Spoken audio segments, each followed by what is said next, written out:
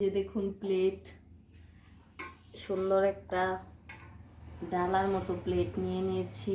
এটার মধ্যে দিয়ে দিচ্ছি গরম ভাত,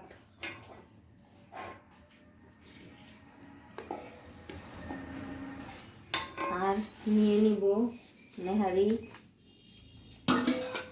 এই যে নেহারি, যে এক পিস নিয়ে নিলাম, 2 পিস নিয়ে নিলাম। কি সুন্দর দুয়ার গ্রান বের হচ্ছে।